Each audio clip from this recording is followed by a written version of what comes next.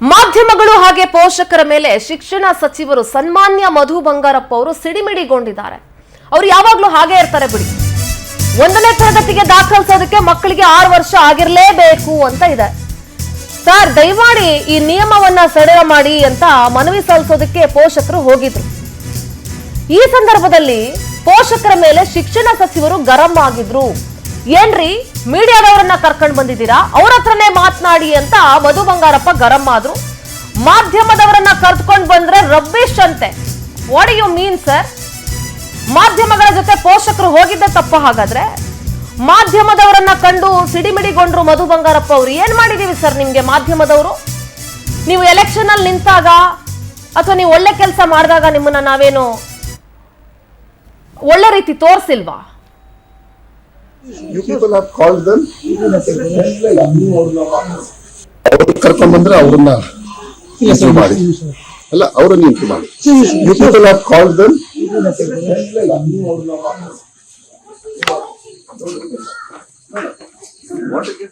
Media do all this rubbish in my house, not allowed.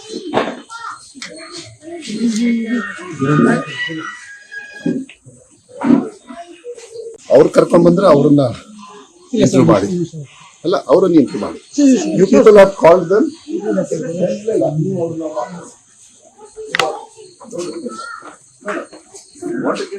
Media do all this rubbish in my house, not allowed.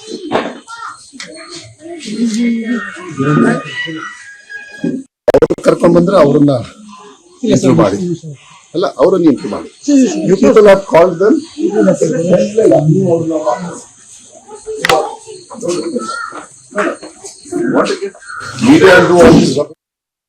Madhu Bangarappa ಅವ್ರು ಹೇಳ್ತಾರೆ ಅವ್ರು ಕರ್ಕೊಂಡ್ ಬಂದ್ರೆ ನೀವು ಅವ್ರನ್ನ ಇಂಟರ್ವ್ಯೂ ಮಾಡಿ ಅಂತ ಹೇಳಿ ಪೋಷಕರು ಕೇಳಿದಾರೆ. You people have called them ಅಂತ. ಸರ್ ನೀವು ಫಾರಿನ್ ನಲ್ಲಿ ಇದ್ರಿ, ಬಹಳ ಚೆನ್ನಾಗಿ ಇಂಗ್ಲಿಷ್ ಮಾತಾಡ್ತೀರಾ, ಅದೆಲ್ಲ ನಮಗ್ ಗೊತ್ತಿದೆ. ಕನ್ನಡ ನಿಮ್ಗೆ ಅಷ್ಟಾಗಿ ಬರಲ್ಲ, ನೀವು ಇಂಗ್ಲಿಷ್ ಅಲ್ಲಿ ಮಾತಾಡ್ತೀರಿ, ಬಹಳ ಚೆನ್ನಾಗಿ ಅದ್ಭುತ ಇಂಗ್ಲಿಷ್ ಮಾತಾಡ್ತೀರಿ ಅಂತ ನಮಗೂ ಗೊತ್ತಿದೆ. ಏನು ಮೀಡಿಯಾದವರು ರಬ್ಬೀಶ್ಗಳ? ಮೀಡಿಯಾದವ್ರನ್ನ ಕರ್ಕೊಂಡು ಬಂದ್ಬಿಟ್ರೆ ರಬ್ಬೀಶ್ ಆಗಿ ಹೋಗ್ತೀವಾ? ನೀವು ಒಳ್ಳೆ ಕೆಲಸ ಮಾಡ್ಬೇಕಾದ್ರೆ ತೋರಿಸ್ತೀವಲ್ಲ, ಅವಾಗ ರಬ್ಬೀಶ್ ಅನ್ಸ್ಲಿಲ್ವಾ ಮೀಡಿಯಾದವ್ರು ನಿಮ್ಗೆ? ಪ್ರೆಸ್ ಮೀಟ್ಗಳನ್ನ ಮಾಡ್ತಿರಲ್ಲ, ಅವಾಗ ಮಾತಾಡ್ತೀವಲ್ಲ, ಅವಾಗ ನಿಮ್ಗೆ ರಬ್ಬೀಶ್ ಅನ್ಸಿಲ್ವಾ ಮೀಡಿಯಾದವ್ರು ನಿಮ್ಗೆ? ಮೀಡಿಯಾದವ್ರುಗಳು ರಬ್ಬೀಶ್ಗಳು ನಿಮ್ಗೆ. ಎಸ್ ಮಿಸ್ಟರ್ ಮಧು ಬಂಗಾರಪ್ಪನವರೇ, ನಾವು ರಬ್ಬೀಶೇ ಸರ್. ನಿಮ್ಮಷ್ಟು ಹೈಫೈ ಜೀವನ ನಾವು ನಡೆಸಿಲ್ಲ. ಮಾನ್ಯ ಶಿಕ್ಷಣ ಸಚಿವರೇ, ನೀವು ಆಡಿದ್ದೇ ಆಟ ಅನ್ನೋದಾದ್ರೆ ನಾವು ರಬ್ಬೀಶ್ ಆಗೇ ಇರ್ತೀವಿ. ಸಚಿವರುಗಳ ಕರ್ಮಕಾಂಡವನ್ನ ತೋರಿಸೋದ್ರಲ್ಲಿ ನಾವು ರಬ್ಬೀಶೇ. Yes we are rubbish. ಮಕ್ಕಳ ಪ್ರವೇಶದ ಬಗ್ಗೆ ಕೇಳಕ್ ಬಂದ್ರೆ ರಬ್ಬೀಶ? 6 ವರ್ಷ ಆಗಿರ್ಲೇಬೇಕು ಅನ್ನೋ ನಿಯಮದಲ್ಲಿ ಸ್ವಲ್ಪ ರಿಲೀಫ್ ಕೊಡಿ ಸರ್ ಅಂತ ಕೇಳಿದ್ರೆ ಅದು ರಬ್ಬೀಶ? ಅದೆಷ್ಟೋ ಶಾಲೆಗಳಲ್ಲಿ ಸರಿಯಾದ ಶೌಚಾಲಯ ಇಲ್ವಲ್ಲ, ಯಾರು ರಬ್ಬೀಶು? ನೀವು ರಬ್ಬೀಶ, ನಾವು ರಬ್ಬೀಶ? ಶಾಲೆಗಳಲ್ಲಿ ಹೆಣ್ಮಕ್ಳ ಮೇಲೆ ಲೈಂಗಿಕ ದೌರ್ಜನ್ಯ ಆಗ್ತಾ ಇದೆಯಲ್ಲ, ಯಾರು ರಬ್ಬೀಶು? ಸ್ಮಾರ್ಟ್ ಮೀಟರ್ ನಲ್ಲಿ ಗೋಲ್ಮಾಲ್ ನಡೆದಿದೆಯಲ್ಲ, ಯಾರು ರಬ್ಬೀಶು? ಎಸ್ ಸರ್ಕಾರದ ಕಿವಿಯನ್ನ ಹಿಂಡುವಲ್ಲಿ ಪವರ್ ಟಿವಿ ನಂಬರ್ 1 ರಬ್ಬೀಶ್ ಅಂತಾನೆ ಅಂದ್ಕೊಳ್ಳಿ. ನೀವು ಎಷ್ಟು ಮಟ್ಟ ಕೆಳಗಿಳಿತೀರೋ ನಾವು ನಿಮಗಿಂತ ಕೆಳಗಿಳಿದು ನಿಮ್ಮ ಕರ್ಮಕಾಂಡವನ್ನ ತೋರಿಸ್ತೀವಿ ಅಂತಾನೆ ಇಟ್ಕೊಳ್ಳಿ. We don't care, we don't ಬಾದರ್. ಸರ್ಕಾರಿ ಶಾಲೆಗಳಲ್ಲಿ ಹೆಣ್ಣುಮಕ್ಳ ಮೇಲೆ ಲೈಂಗಿಕ ದೌರ್ಜನ್ಯ ನಡೆಸ್ತಾ ಇದ್ದಾರಲ್ಲ ನಿಮ್ಮ ಕೆಲವು ಶಿಕ್ಷಕರು, ಪ್ರಿನ್ಸಿಪಾಲ್ಗಳು, ಯಾರು ರಬ್ಬೀಶು? ಭ್ರಷ್ಟಾಚಾರ ಮಾಡಿ ತಿಂದು ತೇಗಿ ಲೂಟಿ ಹೊಡಿತಾ ಇದ್ದೀರಲ್ಲ ಬೇರೆ ಬೇರೆ ಇಲಾಖೆಗಳಲ್ಲಿ, ಎಕ್ಸ್ಪೆಷಲಿ ಇಂಧನ ಇಲಾಖೆಯಲ್ಲಿ ಸ್ಮಾರ್ಟ್ ಮೀಟರ್ ಅಲ್ಲಿ ಜನರ ರಕ್ತ ಹೀರ್ತಾ ಇದ್ದೀರಲ್ಲ, ಯಾರು ರಬ್ಬೀಶು? ಹೆಣ್ಣು ಮಕ್ಕಳ ಮೇಲೆ ದೌರ್ಜನ್ಯ ಆಗ್ತಾ ಇದೆಯಲ್ಲ, ಯಾರು ರಬ್ಬೀಶು? ಹೆಣ್ಣು ಮಕ್ಕಳಿಗೆ ಸುರಕ್ಷತೆ ಕೊಡಕ್ಕಾಗ್ತಿಲ್ಲ ನಿಮ್ಮ ಯೋಗ್ಯತೆಗೆ, ಯಾರು ರಬ್ಬೀಶು? ಅಕ್ರಮವನ್ನ ಎತ್ತಿ ತೋರಿಸೋದ್ರಲ್ಲಿ ಪವರ್ ಟಿವಿ ನಂಬರ್ 1 ರಬ್ಬೀಶ್ ಅಂತಾನೆ ಇಟ್ಕೊಳ್ಳಿ ಸರ್. ಇವತ್ತು ಓಪನ್ ಆಗಿ ಹೇಳ್ತಾ ಇದೀವಿ, ಕರ್ನಾಟಕದ ಜನ ಕೇಳಿಸ್ಕೊಳ್ತಾ ಇದ್ದಾರೆ. ನೀವು ಆಡಿದ್ದೇ ಆಟ ಅಂತ ನೀವು ಮೆರೆಯೋದಾಗಿದ್ರೆ ನಾವು ನಿಮ್ಮ ಲೆಕ್ಕದಲ್ಲಿ ರಬ್ಬೀಶೆ, ನಿಮ್ಗೆ ರಬ್ಬೀಶೆ ನಾವು ಅಂತಾನೆ ಇಟ್ಕೊಳ್ಳಿ. ನಮ್ಮ ಪ್ರತಿನಿಧಿ ದೀಪಾ ನೇರ ಸಂಪರ್ಕದಲ್ಲಿ ಜಾಯ್ನ್ ಆಗ್ತಾ ಇದ್ದಾರೆ. ದೀಪಾ, ಶಿಕ್ಷಣ ಸಚಿವ ಮಧು ಬಂಗಾರಪ್ಪನವರು ಮಾಧ್ಯಮದವರ ಮೇಲೆ ಕಿಡಿಕಾರ್ತಾ ಇರೋದು ಇದೇನು ಮೊದಲನೇ ಸಲ ಏನಲ್ಲ. And we are use to it. ನಮ್ಗೇನು ಇವರ ವರ್ಷೆ ಏನು ಹೊಸದು ಅಂತ ಏನು ಅನ್ನಿಸ್ತಾ ಇಲ್ಲ.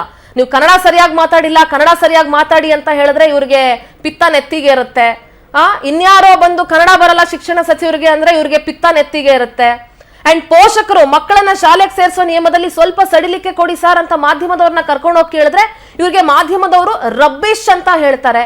S Deepa, I do agree. ಇವರಷ್ಟು ನಾವು ಹೈಫೈ ಲೈಫ್ ನಡೆಸಿಲ್ಲ, ಇವ್ರ ತರ ನಾವು ದೊಡ್ಡ ದೊಡ್ಡ ಫಾರಿನ್ ನಲ್ಲಿ ಜೀವನ ಮಾಡಿಲ್ಲ, ನಾವು ಕರ್ನಾಟಕದಲ್ಲಿ ಇರೋರು, ಕನ್ನಡ ಮಾತಾಡೋರು, ಮಾಧ್ಯಮದವರು ಇವ್ರಗಳಿಗೆ ರಬ್ಬಿಶ್ ಆಗಿ ಕಾಣಿಸ್ತೀವಿ. ದೀಪಾ, ಏನ್ ಹೇಳ್ತೀರಿ?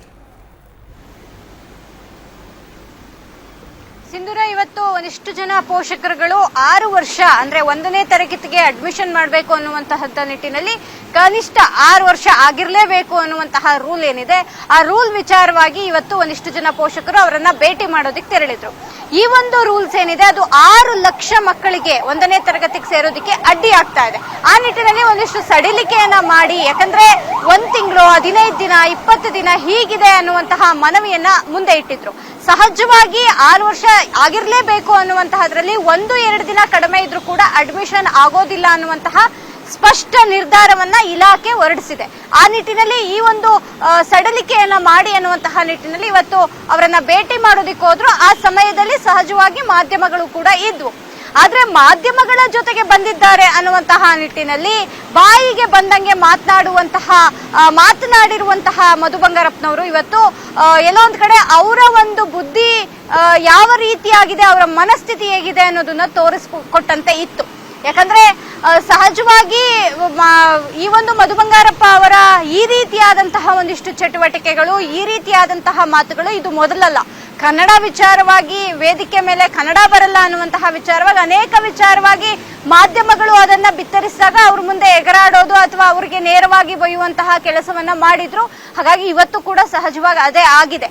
ಆದ್ರೆ ಇಲ್ಲಿ ಯಾರೂ ಕೂಡ ಮಾಧ್ಯಮಗಳು ಅವ್ರವ್ರ ಕೆಲಸಕ್ಕೋ ಅಥವಾ ನಾವು ನಮ್ಮ ಕೆಲಸಕ್ಕೂ ಹೋಗಿಲ್ಲ, ಸಾರ್ವಜನಿಕರ ಕೆಲಸಕ್ಕೆ ಹೋಗಿದ್ದು. ಮಕ್ಕಳ ಮುಂದಿನ ವಿದ್ಯಾಭ್ಯಾಸಕ್ಕೆ ಸಮಸ್ಯೆ ಆಗುತ್ತೆ ಅನ್ನುವಂತಹ ನಿಟ್ಟಿನಲ್ಲಿ ಹೋಗಿದ್ದು. ಈ 6 ವರ್ಷ 2 ದಿನ ಹೆಚ್ಚಾದ್ರೂ ಕೂಡ ಮುಂದಿನ ವರ್ಷ ಅವರ ಒಂದು ವಯಸ್ಸು ಅಂದ್ರೆ 1 ವರ್ಷ ವಯಸ್ಸು ಜಾಸ್ತಿ ಆಗುತ್ತೆ. ಆಗ ಮುಂಬರುವಂತಹ ದಿನಗಳಲ್ಲಿ ಅವರಿಗೆ ಗವರ್ಮೆಂಟ್ ಕೆಲಸ ಆಗಿರ್ಬೋದು ಅಥವಾ ಮುಂಬರುವಂತಹ ದಿನಗಳ ಮುಂದಿನ ವರ್ಷಗಳಿಗೆ ಅವರಿಗೆ ಎಜುಕೇಶನ್ ಸಮಸ್ಯೆ ಆಗತ್ತೆ ಅನ್ನುವಂತಹ ನಿಟ್ಟಿನಲ್ಲಿ ಪೋಷಕರು ಕೇಳಕ್ ಹೋಗಿದ್ದಂತೂ ನಿಜ. ಆ ನಿಟ್ಟಿನಲ್ಲಿ ಜೊತೆಗೆ ಮಾಧ್ಯಮದವ್ರು ಇದ್ರು ಅಂತೇಳಿ, ಮಾಧ್ಯಮದವ್ರ ಜೊತೆಗೆ ಬಂದಿದ್ದೀರಿ ಅಂತೇಳಿ ಮಾಧ್ಯಮದವ್ರಿಗೂ ಬೈಯೋದ್ರ ಜೊತೆಗೆ ಪೋಷಕರಿಗೂ ಬೈಯುವಂತಹ ಕೆಲಸವನ್ನ ಇವತ್ತು ಮಧು ಬಂಗಾರಪ್ಪ ಮಾಡಿದ್ದಾರೆ. ಸಿಂಧೂರ, ದೀಪಾ, ನಾನು ನಿಮ್ ಹತ್ರ ಮಾತನಾಡ್ತೀನಿ. ಮತ್ತೊಂದು ಅಪ್ಡೇಟೆಡ್ ಬ್ರೇಕಿಂಗ್ ಇದೆ ನೋಡ್ರಿ. ನಮ್ಗಿಂತ ಶಿಕ್ಷಣ ಸಚಿವರು ಬೇಕೇನ್ರಿ? ನಮಗ್ ಬೇಕಾಗಿಲ್ಲ ಸ್ವಾಮಿ. ನೀವ್ ಎಷ್ಟು ಮಟ್ಟಿಗೆ ನಿಮಗ್ ಶಿಕ್ಷಣ ಇದೆ, ನೀವ್ ಎಷ್ಟು ಮಟ್ಟಿಗೆ ನೀವು ಶಿಕ್ಷಣ ಇಲಾಖೆಯಲ್ಲಿ ನೀವು ಸಾಕಷ್ಟು ಅಲ್ಲಿ ಕೆಲಸ ಮಾಡ್ತಾ ಇದೀರಾ ನಮ್ಗೆಲ್ಲ ಗೊತ್ತಿದೆ. ಸರಿಯಾಗಿ ಕನ್ನಡ ಬರೆಯೋದಕ್ ಬರಲ್ಲ, ಓದಕ್ ಬರಲ್ಲ, ಮಕ್ಕಳನ್ನ ಶಿಕ್ಷಣ ವಂಚಿತರನ್ನಾಗಿ ಮಾಡ್ತಾ ಇರುವಂತ ಶಿಕ್ಷಣ ಸಚಿವರು ನಮಗ್ ಬೇಡವೇ ಬೇಡ. ಇಂತಹ ಶಿಕ್ಷಣ ಸಚಿವರು ಬೇಕಾ ನಮ್ಗೆ? 6 ವರ್ಷಕ್ಕೆ 5 ದಿನ 10 ದಿನ ಕಡಿಮೆ ಇರೋ ಮಕ್ಕಳ ಪಾಡೇನ್ರಿ ಆಗ್ಬೇಕು? ಹಾಗಾದ್ರೆ 5-10 ದಿನಗಳಿಗೆ 1 ವರ್ಷ ಶಿಕ್ಷಣದಿಂದ ಹಿಂದುಳ್ಕೊಳ್ಬೇಕಾ ಮಕ್ಕಳು? ಕನಿಷ್ಠ ಸೌಜನ್ಯವೂ ಇಲ್ಲದಂತ ಶಿಕ್ಷಣ ಸಚಿವ ಮಧು ಬಂಗಾರಪ್ಪ ನಮಗ್ ಬೇಕಾಗಿಲ್ಲ. ನಿಮ್ಮ ದರ್ಪಕ್ಕೇನೋ ಒಂದು ಲಿಮಿಟ್ ಇಲ್ವಾ? ಏನ್ ಅನ್ಕೊಂಡಿದೀರಿ ನೀವು? ವೋಟ್ ಹಾಕ್ಬೇಕಾದ್ರೆ ಬಂದ್ ಕೈ ಮುಕ್ಕೊಂಡು ಭಿಕ್ಷೆ ಬೇಡ್ತಾ ಇದ್ರೆ ಇವತ್ತು ಮುಖ ತಿರುಗಿಸ್ಕೊಂಡು ಹೋಗ್ತೀರಾ? ಎಷ್ಟ್ರಿ ದರ್ಪ ನಿಮ್ಗೆ? ಎಷ್ಟಿರ್ಬೇಕು ನಿಮ್ಮ ದೌಲತ್ಗಳು? ಅಷ್ಟು ಜನ ಪೋಷಕರು ಬಂದು ನಿಮ್ಮ ಮನೆ ಹತ್ರ ನಿಂತ್ಕೊಂಡಿದ್ದಾರೆ, ಮುಖ ತಿರುಗಿಸ್ಕೊಂಡು ಹೋಗ್ತಿರಲ್ಲ, ಎಷ್ಟು ದುರಹಂಕಾರ ಇರಬೇಕು? 6 ವರ್ಷಕ್ಕೆ 5 ದಿನನೋ 10 ದಿನನೋ ಕಡಿಮೆ ಇರುವಂತಹ ಮಕ್ಕಳು 1 ವರ್ಷ ಎಜುಕೇಶನ್ ಇಂದ ಹಿಂದೆ ಉಳ್ಕೊಳ್ಬೇಕಾ? ನಿಮ್ಮ ಮನೆಗೆ ಬರುವ ಯಾವುದೇ ಅಗತ್ಯ ಕನ್ನಡ ಮಾಧ್ಯಮಗಳಿಗೆ ಖಂಡಿತ ಇಲ್ಲ ಸ್ವಾಮಿ. ಅದರಲ್ಲೂ ಪವರ್ ಟಿವಿಗಂತೂ ನಿಜವಾಗ್ಲೂ ಇಲ್ಲ. ನಿಮ್ಮ ದರ್ಪಕ್ಕೆ, ನಿಮ್ಮ ದುರಾಂಕಾರಕ್ಕೆ, ನಿಮ್ಮ ದೌಲತ್ಗೆ ಅದನ್ನ ನಿಮ್ಮ ಇಲಾಖೆಯಲ್ಲಿ ಇಟ್ಕೊಳ್ಳಿ. ನಿಮ್ಮ ಅಧಿಕಾರಿಗಳು ಯಾರಾದ್ರೂ ನಿಮ್ಮ ಹತ್ರ ಬಕೆಟ್ ಇಟ್ಕೊಂಡು ನಿಂತ್ಕೊಳ್ಬಹುದು, ಅಥವಾ ನಿಮ್ಮ ಮನೆ ಬಾಗ್ಲಿಗೆ ಬರುವಂತ ಅಗತ್ಯ ಇರೋರು ಯಾರಾದ್ರೂ ಬರಬಹುದು. ನಮಗಂತೂ ಖಂಡಿತ ಅಗತ್ಯ ಇಲ್ಲ ನಿಮ್ಮ ಮನೆ ಬಾಗ್ಲಿಗೆ ಬರೋದಕ್ಕೆ. ನಿಮ್ಮ ಯೋಗ್ಯತೆಗೆ ಸರಿಯಾಗಿ ಕನ್ನಡ ಬರೆಯೋದಕ್ಕೆ ಓದೋದಕ್ಕೆ ಬರಲ್ಲ. ಶಿಕ್ಷಣ ಇಲಾಖೆ ಗಬ್ಬೆದ್ದು ನಾರ್ತಾ ಇದೆ, ಸರಿಯಾಗಿ ಮಕ್ಕಳಿಗೆ ವ್ಯವಸ್ಥೆ ಮಾಡಿಲ್ಲ. ಸರ್ಕಾರಿ ಶಾಲೆ ಮಕ್ಕಳಿಗೆ ಆ ದೌಲತ್ ತೋರಿಸ್ತೀರಾ ನೀವು? ನಮ್ಮ ಪ್ರತಿನಿಧಿ ದೀಪಾ ಇದ್ದಾರೆ. ದೀಪಾ, ಜನಗಳಿಂದ ಗೆದ್ದು ಹೋಗಿರೋದು ಪುಕ್ಸಟ್ಟೆ ಅಲ್ಲ. ಇವ್ರ ಸ್ವಂತ ಯೋಗ್ಯತೆ ಮೇಲೆ ಗೆದ್ದು ಬಂದಿರೋದಲ್ಲ. ಜನ ಏನೋ ಒಂದು ಅವಕಾಶ ಕೊಡೋಣ ಅಂತ ಗೆಲ್ಸಿದ್ದಾರೆ. ಇವ್ರಿಗೆ ಇಷ್ಟು ಧಿಮಾಕು ದೌಲತ್ತು ದರ್ಪ ಇರ್ಬೇಕಾದ್ರೆ ಇನ್ನು ಓಟ್ ಹಾಕಿ ಗೆಲ್ಸಿರೋ ನಮ್ಗೆ ಎಷ್ಟು ಇರಬೇಡ? ಇವ್ರ ಮನೆ ಬಾಗ್ಲಿಗೆ ಹೋಗಿ ನಿಂತ್ಕೊಳಕ್ಕೆ ಕನ್ನಡ ಮಾಧ್ಯಮಗಳಿಗೇನು ಹಣೆ ಬರ ಇದೆಯಾ? ಅಥವಾ ಏನ್ ಸಾಧನೆ ಮಾಡಿದಾರ್ರಿ ಅವರು? ನೆಟ್ಟು ಕನ್ನಡ ಓದಕ್ ಬರಲ್ಲ, ಬರೆಯಕ್ ಬರಲ್ಲ ಅಪ್ಪನ್ಗೆ? ಸಿಂಧೂರ, ಸಹಜವಾಗಿ ಯಾರಿಗೆ ಆದ್ರೂ ಅವ್ರ ತಪ್ಪನ್ನು ಹೇಳಿದ ತಕ್ಷಣವೇ ಸಿಟ್ಟು ಬರುವಂತಹದ್ದು ಸಹಜ. ಯಾಕಂದ್ರೆ ಮಧು ಬಂಗಾರಪ್ಪ ಅವರು ಮಿನಿಸ್ಟರ್ ಆದಾಗಿಂದ ಒಂದಿಷ್ಟು ವಿಚಾರಗಳನ್ನ ನೋಡ್ಕೊಂಡು ಬಂದ್ರು ಕೂಡ ಪ್ರತಿ ಬಾರಿಯೂ ಕೂಡ ಅವರು ಹೇಳಿದಂತಹ ಮಾತುಗಳನ್ನ ಯಥಾಸ್ಥಿತಿ ಟಿವಿಗಳಲ್ಲಿ ಹಾಕಿ ಮಾಧ್ಯಮಗಳಲ್ಲಿ ತೋರಿಸಿದಾಗಲೂ ಮಾಧ್ಯಮದವರಿಗೆ ಬೈದಿರೋದು. ಅವ್ರಿಗೆ ಕನ್ನಡ ಬರಲ್ಲ ಅನ್ನುವಂತ ವಿಚಾರ ಆಗಿರ್ಬೋದು, ಅವರೇ ಹೇಳಿಕೊಂಡಂತೆ, ನಾವಂತೂ ಹೇಳ್ತಾ ಇಲ್ಲ, ಅವರೇ ಹೇಳಿಕೊಂಡಂತೆ ಕನ್ನಡ ವಿಚಾರವಾಗಿ ಏನು ನಂಗೆ ಅಷ್ಟಾಗಿ ಕನ್ನಡ ಬರಲ್ಲ ಅನ್ನುವಂತಹ ವಿಚಾರ ಏನಿದೆ, ಅದು ಒಬ್ಬ ಶಿಕ್ಷಣ ಸಚಿವನಾಗಿ ಒಂದು ವೇದಿಕೆ ಮೇಲೆ, ಅದು ಬಹಿರಂಗ ವೇದಿಕೆ ಮೇಲೆ ಆ ರೀತಿಯಾಗಿ ಹೇಳಿದ್ದನ್ನು ತೋರಿಸಿದಾಗ್ಲೂ ಕೂಡ ಬೈದಿದ್ರು. ಇದರ ಜೊತೆಗೆ ಇತ್ತೀಚೆಗೆ ಒಂದು ವಿಧಾನಸೌಧದಲ್ಲಿ ನಡೆದಂತಹ ಕಾರ್ಯಕ್ರಮದಲ್ಲೂ ವಿದ್ಯಾರ್ಥಿಗಳು ಅವರ ಮುಂದೆ ಹೇಳಿದ್ರು, ಕನ್ನಡ ಏನು ಶಿಕ್ಷಣ ಮಂತ್ರಿಗೆ ಕನ್ನಡ ಬರಲ್ಲ ಅನ್ನುವಂತಹದ್ದು.